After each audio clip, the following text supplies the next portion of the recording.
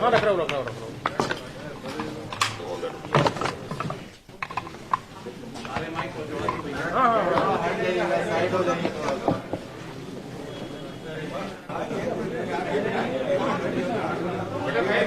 शुरू करें।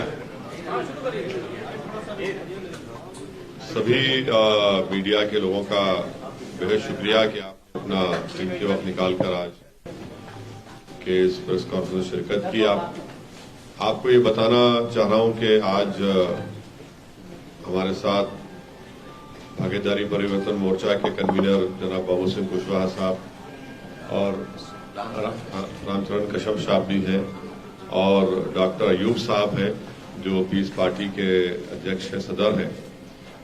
और हम तमाम ने मिलकर ये फैसला लिया है कि भागीदारी परिवर्तन मोर्चा जहां पर पीस पार्टी के कैंडिडेट रहेंगे उन पीस पार्टी के कैंडिडेट की हम सपोर्ट करेंगे और वैसे ही पीस पार्टी जहां पर भागीदारी परिवर्तन मोर्चा के प्रत्याशी होंगे वहां पर वो अपनी सपोर्ट करेंगे। मैं जनाब डॉक्टर अयूब साहब का बेहद शुक्रिया अदा करता हूं कि उन्होंने और उनकी पार्टी ने फैसला लिया है और इंशाल्लाह हम सब लोग मिलकर आगे इस चुनाव में मिलकर काम करेंगे ताकि उनकी पार्टी के प्रत्याशी और भागीदारी परिवर्तन मोर्चा के कैंडिडेट्स को कामयाबी मिल सके।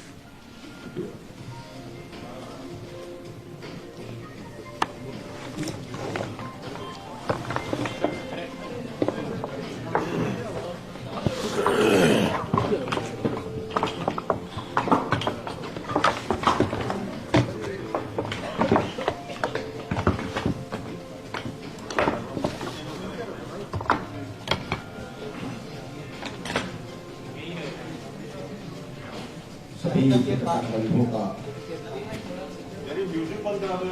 खैर मकदम और स्वागत करता हूँ।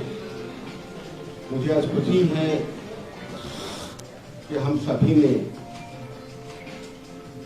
आपस में सहयोग करके एक मजबूत विकल्प देने की कोशिश की है और ये कुछ फैसला लिया है कि भागीदारी मोर्चा के जहां प्रत्याशी होंगे हमारे प्रत्याशी नहीं रहेंगे वहां पीस पार्टी उनका समर्थन करेगी और जहां पीस पार्टी के प्रत्याशी होंगे वो भागीदारी मोर्चा उसमें समर्थन करेगी। ये हम सभी ने फैसला लिया है और मैं समझता हूं कि आने वाले 2022 के चुनाव में हम मजबूत विकल्प की तरह से उभरेंगे। जो भी अभी जो बचा हुआ है सीटें जहां चुनाव होना है और इसी फैसले के साथ मैं समझता हूं कि हम लोग एक मजबूती के साथ चुनाव में आएंगे इंशाल्लाह। आपकी पार्टी के कितने उम्मीदवार? अभी टोटल उम्मीदवार तो अभी होने हैं, अभी फैसले नहीं ले सकते और मुझे लगता है कि करीब 50 के आसपास पीस पार्टी के उम्मीदवार अभी हैं। डॉक्टर साहब, राष्ट्रीय ओरमा काउंसिल से आपने इत्तेहाद किया था, उस इत्तेहाद का क्या हुआ? जो नहीं, वो फिर बताया हमने ना कि जो हमने कहा हमारे प्रत्याशी जहां नहीं रहेंगे उसमें हम लोग जो गठबंधन है उसमें हम लोग साथ में हैं और जहां प्रत्याशी हमारे नहीं रहेंगे वो हम लोग समर्थन। आरसीओ के नुमाइंदा के तौर पर आप यहाँ शामिल हुए हैं जी पार्टी? डॉक्टर साहब इस पार्टी की तरफ से इधर हैं, हम सब ने ये बैठ के तय किया है कि जहां भागीदारी परिवर्तन मोर्चा के प्रत्याशी नहीं होंगे पीस पार्टी के प्रत्याशी होंगे। हमारे भागीदारी परिवर्तन मोर्चा के नहीं होंगे तब पीस पार्टी के होंगे। वहां हम भागीदारी परिवर्तन मोर्चा में जो सम्मिलित हमारे घटक दल हैं पीस पार्टी के कैंडिडेटों का समर्थन करेंगे और जहां पीस पार्टी के नहीं हैं हमारे मोर्चे के हैं वहां पीस पार्टी के साथ ही समर्थन करेंगे। आज की प्रेस कॉन्फ्रेंस का मकसद यही है। बाकी फर्स्ट फेज में सेकंड फेज में डॉक्टर साहब के जो प्रत्याशी थे तो हम लोगों ने इंटरनली बात कर ली थी, आपको हम सूचित नहीं कर पाए, आपको हम नहीं बता पाए। अब आगे के जो फेज हैं उस फेज में ऐसा हमारा चलेगा, ये हम लोगों ने बैठ के तय किया है। अध्यक्ष जी, 2 चरण के मतदान हो चुके हैं, अब बचे हुए जो है चरण उसके लिए हुए हैं, लेकिन इतनी देरी से फैसला क्यों लिया गया? नहीं, देरी से नहीं है। हम लोग बैठ के मैंने आपको जैसे पहले बताया आपकी देख रेख में आपकी उपस्थिति में फर्स्ट और सेकंड चरण के जो मतदान हुए, हम लोगों ने ये तय कर लिया था, जबकि हम लोगों ने प्रचार भी किया। एक दिन मैं अयूब साहब आगरा गए, अलीगढ़ गए, बदायूं गए, तो हमारे मोर्चे के भी प्रत्याशी थे, इनके भी प्रत्याशी थे सेकंड फेज वाले में। तो हम लोग पहले आपको हम नहीं समय से सूचित कर पाए, लेकिन हम लोगों ने बैठ के ये तय कर लिया था और हम लोगों ने प्रचार प्रसार शुरू कर दिया था। आगे के चरण में सबको जानकारी रहे, आपके माध्यम से हमारे साथियों को जानकारी हो जाए, सभी आम जनता को जानकारी हो जाए, इसलिए आज आपको हमें सूचना देना उचित। कितने उम्मीदवार उतारे हैं मैदान में बताएंगे? जी, आपका जो भागीदारी परिवर्तन मोर्चा है, कितने उम्मीदवार अब तक उतारे आप लोगों ने? हम लोगों ने लगभग अभी 310 के करीब हैं। क्यों कश्यप जी? 310 के करीब हमारे कैंडिडेट हैं। हमारे पर्चे बहुत खारिज हुए हैं, लगभग 20-22 पर्चे हमारे खारिज किए गए। कुछ हमारे और साथी हैं, कुछ जगहों पर हमारे इंडिपेंडेंट हैं जो अच्छे लग रहे हैं, उनको हमने समर्थन किया। और बाकी आप वैसे साहब से कुछ जानना चाहें तो मैं देता हूँ उनको। मैं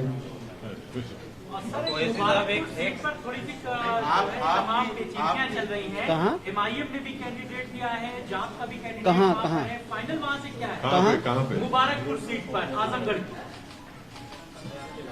नहीं, मुबारकपुर में कोई कंफ्यूजन नहीं है।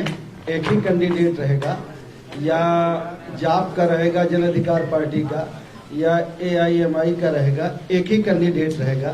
या राजभर जी रहेंगे या गुड्डू जमाली रहेंगे। तो ये कब तक तय हो जाएगा? ये आज ही तय हो जाएगा, कल सुबह आपको जानकारी हो जाएगा कि गुड्डू जमाली रहेंगे। हो गया ना अभी जल्द हो गया ना, आपको मिल गया ना, गुड्डू जमाली रहेंगे, आपको मिल गया। चलिए, एक सवाल सर, अब आपको जवाब मिल गया, गुड्डू जमाली रहेंगे, बाबूजी रहेंगे। सर एक पैदा होता है हाँ। जन अधिकार पार्टी से कितने लोग मैदान में उतारे गए? बाबूजी ने कहा अभी आपको कि टोटल 300 तक बताया उन्होंने। हाँ 300। पार्टी के कितने? उसमें एमआईएम के तो 100 हो गए अकेले, 100 से ज्यादा एमआईएम के। ना 100 नहीं हुए हमारे। सर 99 उम्मीदवार आप उतार चुके हैं। हाँ 99 प्रत्याशी आप उतार हाँ ठीक, जन अधिकार 100 नहीं हुए, इसलिए कह रहा हूँ। सर दूसरे मरहले के बताएंगे आप कितने हुए? क्या हुआ?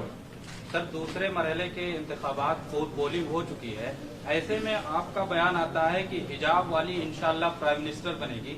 आपको नहीं लगता कि एक खास कम्युनिटी को मुत्तहिद कर रहा है इस तरीके की बयान? और प्राइम मिनिस्टर जाहिर है कि उत्तर पूरे इंडिया में आपकी बात सही है, मैं तारीफ करता हूँ आपके सवाल की। हम ही मुत्तहिद किए थे 2019 में, हम ही मुत्तहिद किए 2017 में, हम ही मुत्तहिद किए 2014 में, हर जगह हम ही मुत्तहिद किए, दूसरा कोई नहीं करता। ओवैसी साहब, चरणजीत सिंह चन्नी सिंह यूपी के लोगों के लिए बहुत अपमानजनक तरीके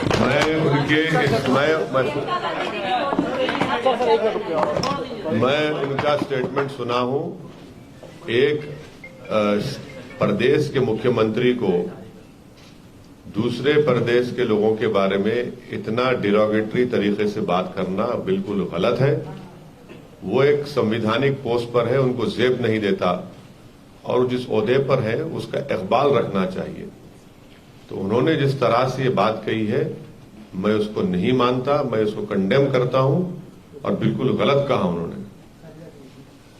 असद साहब, आज महबूबा मुफ्ती साहिबा भी बोली हैं हिजाब के मुद्दे पे। उन्होंने कहा कि बीजेपी इस पर नहीं रुकेगी, मुस्लिम्स के जितने सिंबल्स हैं उन पर एक के बाद एक अटैक किया जाएगा। तो महबूबा मुफ्ती से पूछिए, मुझसे क्यों पूछ रहे हैं? नहीं, आपकी राय जानना चाह रहे हैं। नहीं, उनसे पूछिए ना, वो बीजेपी के साथ ही थी। वो बीजेपी को लेकर आई कश्मीर में, बीजेपी का आदमी उनका डिप्टी सीएम था, और बीजेपी उनके साथ ये कहा कि 370 को हम नहीं करेंगे, तो सब साथ मिलके थे। वो खुद बताएंगे, वो बेहतर जानती है बीजेपी को मुझसे ज्यादा। ओवैसी साहब, इस भागीदारी परिवर्तन मोर्चा में वामन मेहराम साथ भी होते थे, वो नहीं है, क्या वजह रही कि आपका गठबंधन उनसे टूट गया, वो मोर्चे में अब नहीं? हाँ, नहीं हमारे साथ हो, अफसोस की बात है, मगर ज्यादा डिटेल वही आपको जब मिलेंगे बता पाएंगे इंशाल्लाह।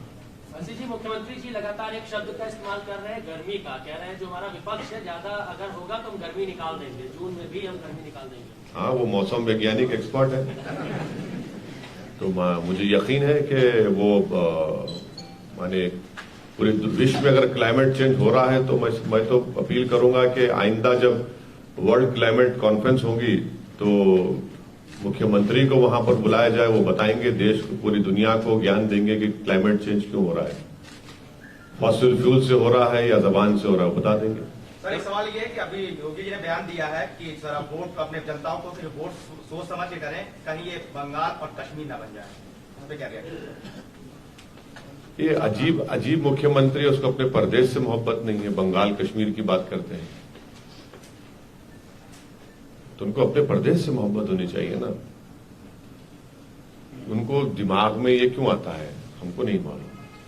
सर, उत्तराखंड के वजीर आला ने ये बयान दिया था कि अगर हुकूमत रिपीट होती है तो कॉमन सिविल कोड का निफाज किया जाएगा। अरे उनके इलेक्शन मैनिफेस्टो को हम पढ़ा, उसमें जिक्र ही नहीं है। लेकिन उन्होंने देखिए, पार्टी का इलेक्शन मैनिफेस्टो जिक्र नहीं है, और आखिरी दिन उन्होंने बात कही है, बिल्कुल आखिरी दिन उन्होंने कही है, तो वो अब बोखलाहट में बोल जाते हैं, जमीन खिसक रही है ना। पहले चरण में मतदान प्रतिशत देखा गया कम है, दूसरे चरण में देखा गया, क्या तो ये क्या जनता का गुस्सा है जो इतना कम हो रहा है, या कुछ लोग बता रहे हैं कि पॉजिटिव वेव में कि ये लोगों का उत्साह है कि जो लोग वोट बढ़ चढ़ के दे रहे हैं, वोट प्रतिशत बहुत कम आ रहा है 2017 के चुनाव, पहला चरण और दूसरा चरण? नहीं तो वोट परसेंट तो ठीक ही पड़ा है, पहले फेज में मुझे लगता है 3-4% कम हुआ, और सेकंड फेज में भी कम हुआ। तो ये तो नाराजगी है कि उत्साह है?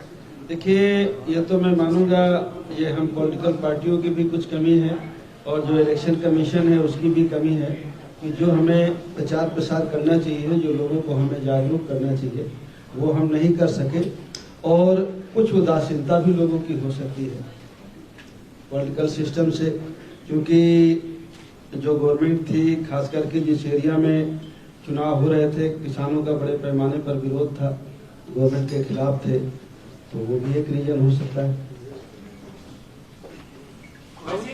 पहले दोनों फेज के बाद समाजवादी पार्टी कॉन्फिडेंस में है, उनका कहना है कि मुस्लिम का जितना भी वोट है 100% उनके खाते में गया समाजवादी पार्टी।